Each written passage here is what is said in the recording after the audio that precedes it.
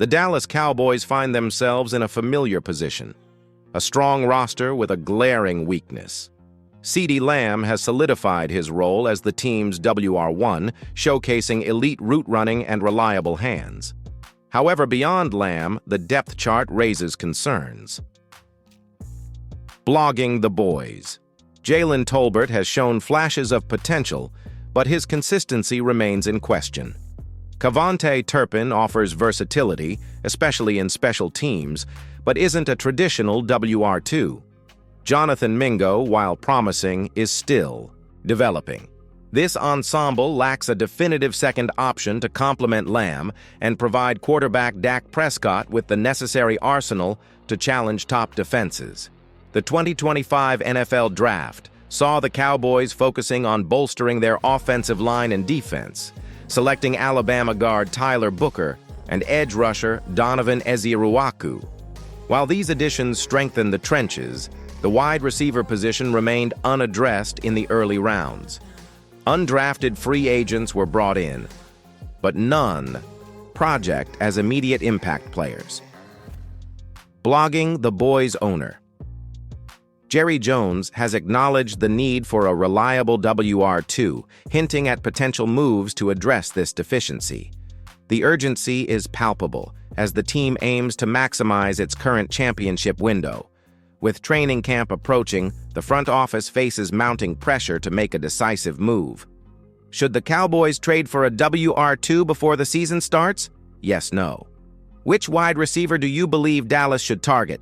Now let's dig into the big names floating around as possible WR2 trade targets for the Cowboys, starting with the most polarizing name of all, George Pickens. Pickens, still just 23 years old, is a physical specimen. He's got size, athleticism, and elite body control. In Pittsburgh, he flashed WR1 traits, racking up over 1,100 yards last season despite playing in a limited offense. But here's the kicker. There have been whispers about attitude issues, clashes with coaches, and some frustration over his role. The Steelers drafted Roman Wilson this year and already have Deontay Johnson out the door. That raises the question, is Pickens on the block, or are the Steelers about to make him their franchise guy? From the Cowboys' point of view, Pickens is intriguing. His skill set would complement Lamb perfectly. He thrives on the outside, wins contested catches, and can stretch the field. But would Mike McCarthy and Brian Schottenheimer feel confident managing his personality? Would Jerry Jones be willing to part with a day 2 pick for someone who might need some maturity? That's the risk-reward equation with Pickens. Next up, DJ Moore. He's a proven veteran, with 3 1,000-yard seasons under his belt before joining the Bears in 2023. He's dynamic, reliable, and has experience carrying an offense. But the tricky part is the cost. He's due nearly $17 million per year, and Chicago may not be ready to give him up now that they've drafted Caleb Williams and added Rome Odunze. Still, if Moore becomes available, he'd instantly become WR2 and arguably 1B in Dallas. He's that good. Finally, we have Rashad Bateman, a former first-round pick who hasn't quite found his groove in Baltimore. Injuries have slowed him, and the Ravens' run-heavy offense hasn't exactly showcased his skill set. But Bateman's upside is still there. He's got quick feet, strong hands, and decent size. And most importantly, he's affordable. If the Cowboys want a high-upside WR2 with room to grow, Bateman might be the best value on the board. He wouldn't cost more than a mid-round pick and could thrive in a more pass-oriented system. So here's the question. Do you go all in for a dynamic playmaker like Pickens or Moore, or roll the dice on a cost-effective project like Bateman? Which of these receivers would you prefer the Cowboys to pursue? Pickens, Moore, or Bateman? Is George Pickens worth a second-round pick? Yes, no. Now, if those top 3 names don't pan out, or if the price tag is just too steep, the Cowboys still have some interesting backup options at wide receiver. Let's walk through a few more realistic under-the-radar trade targets who could help fill the WR2 role without breaking the bank. First up, Courtland Sutton. The Broncos have been in a weird place, and while Sutton was reportedly staying put earlier this offseason, that could change. Denver's in full rebuild mode, especially after drafting Bo Nix, and they might be willing to move Sutton if the offer is right. Sutton's big-bodied frame and red zone presence would add a new element to the Cowboys' offense. He's not a speed burner, but he's physical and consistent, something Dak Prescott could definitely use. Another name? Tyler Boyd. He's not flashy, but Boyd is a reliable veteran with sure hands and great route running. With the Bengals focusing on Jamar Chase and T. Higgins for now, Boyd's role could be limited. He operates best from the slot, which overlaps a bit with CeeDee Lamb, but in three-wide sets. That could create real headaches for defenses. Boyd wouldn't cost more than a late-round pick, and his experience in big games makes him appealing. A wild card? Terrace Marshall Jr. from the Panthers.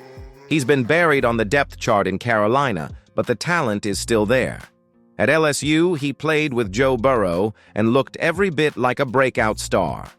Since then, injuries, coaching changes, and poor QB play have stalled his development. But in a better offense, with a fresh start, Marshall could pop. He's the kind of low-risk, high-reward player Will McClay usually keeps an eye on. Oh, and let's not forget Allen Robinson. He's bounced around lately, but he brings experience, size, and route polish. If the Cowboys want a cheap veteran presence who can win on third downs, Robinson could make sense as a one-year rental. Think of it like the T.Y. Hilton move. Short-term help, situational use, but potentially clutch in key moments. So yeah, maybe none of these guys are WR1 types, but remember, the Cowboys aren't trying to replace CeeDee Lamb. They're trying to support him. And whether it's a big-body target like Sutton, a slot technician like Boyd, or a project like Marshall, the front office has options. Out of these under-the-radar options, Sutton, Boyd, Marshall, or Robinson, who would you want the Cowboys to trade for? Would you rather trade for a young project or a proven veteran? Young project veteran. Now that we've gone through some intriguing trade targets, let's focus on how bringing in one of these WRs could change the dynamic of the Cowboys' offense. It's not just about adding another body, it's about how the new player would fit with Dak Prescott and the overall scheme. So, let's break down what the potential impact would be. First, consider what adding a legitimate WR2 could do for Dak Prescott. Right now, Dak has one clear weapon in CeeDee Lamb, but if he's forced to target Lamb 10+ times a game, that puts a lot of pressure on him and makes the offense more predictable. A true WR2 would take some of that load off CeeDee, allowing Dak to spread the ball around. With a solid WR2, Dak could utilize more play action, open up deep shots, and move the chains with more consistency. This would make the Cowboys' offense much harder to defend, especially with their strong running game.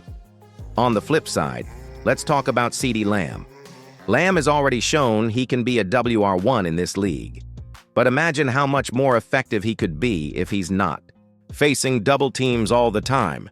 If the Cowboys had a credible WR2, defenses would have to pick their poison, focus on Lamb, or give the new guy a chance to break out.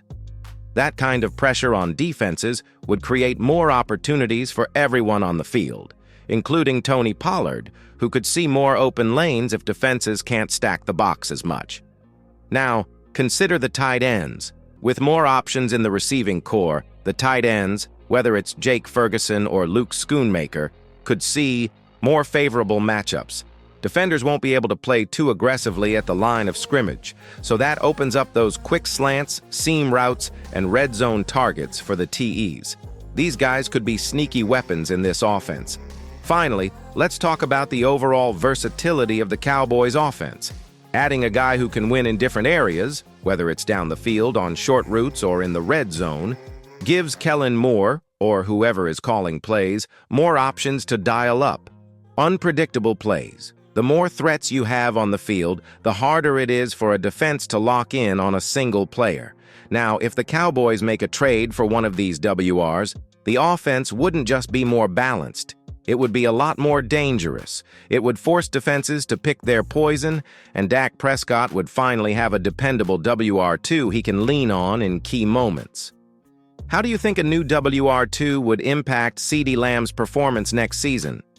Do you think the Cowboys need a WR2 more than any other position right now? Yes, no. As we wrap up this discussion on possible trade targets for the Cowboys' WR2 spot, it's clear that adding a solid number 2 wide receiver would have a ripple effect on the entire offense. We've already highlighted the impact it could have on Dak Prescott, CeeDee Lamb, and even the tight ends and running game. But there's one more important factor to consider: timing. The Cowboys need to act quickly, especially considering how competitive the NFC East has become. The Eagles, Giants, and Commanders all made moves in the offseason that could impact their rosters in significant ways.